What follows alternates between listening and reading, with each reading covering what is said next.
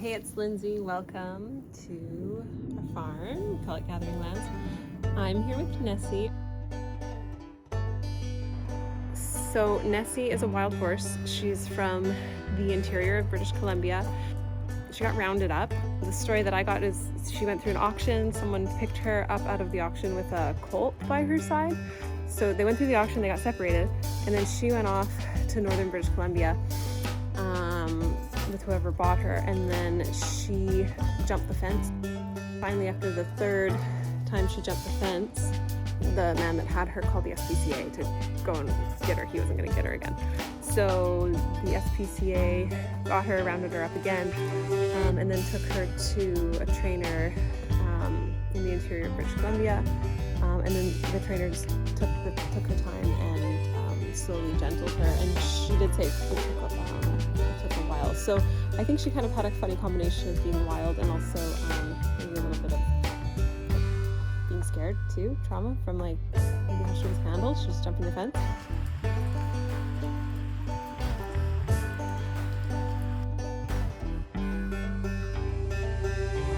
So I got her DNA tested at Texas A&M.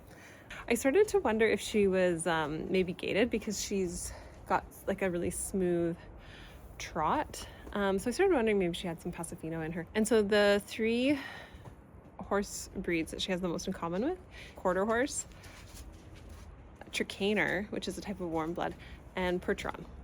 And I really think that you can see a little bit of all of those things in her. Okay, so that's just a little bit of information about Nessie. I guess the other stuff I haven't mentioned is she is probably around 12 to 15 years old. We don't exactly know.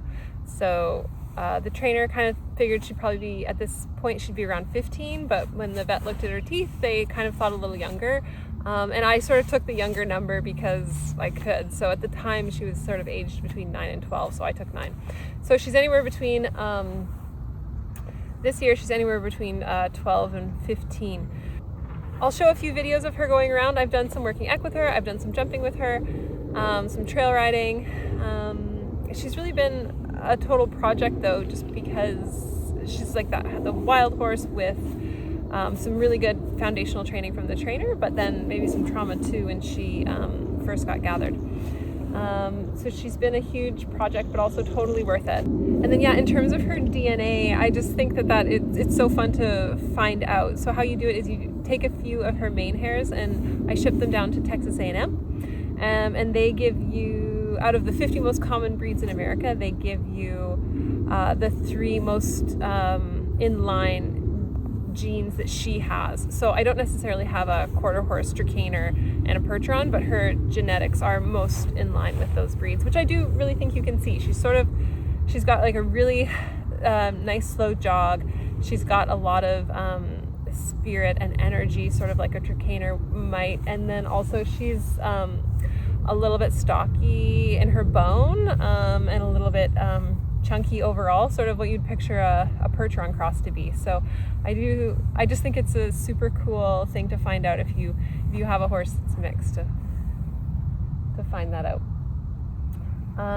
So yeah, we just have a small market garden that we're working on, and it's just the early spring right now, so we're doing a lot of just prep work for our huge pumpkin patch that we put in and our garlic farm. I'll just show some footage of that. And yeah, I hope to make some more updates as well. I hope you guys enjoyed this, and we'll see you in the next one.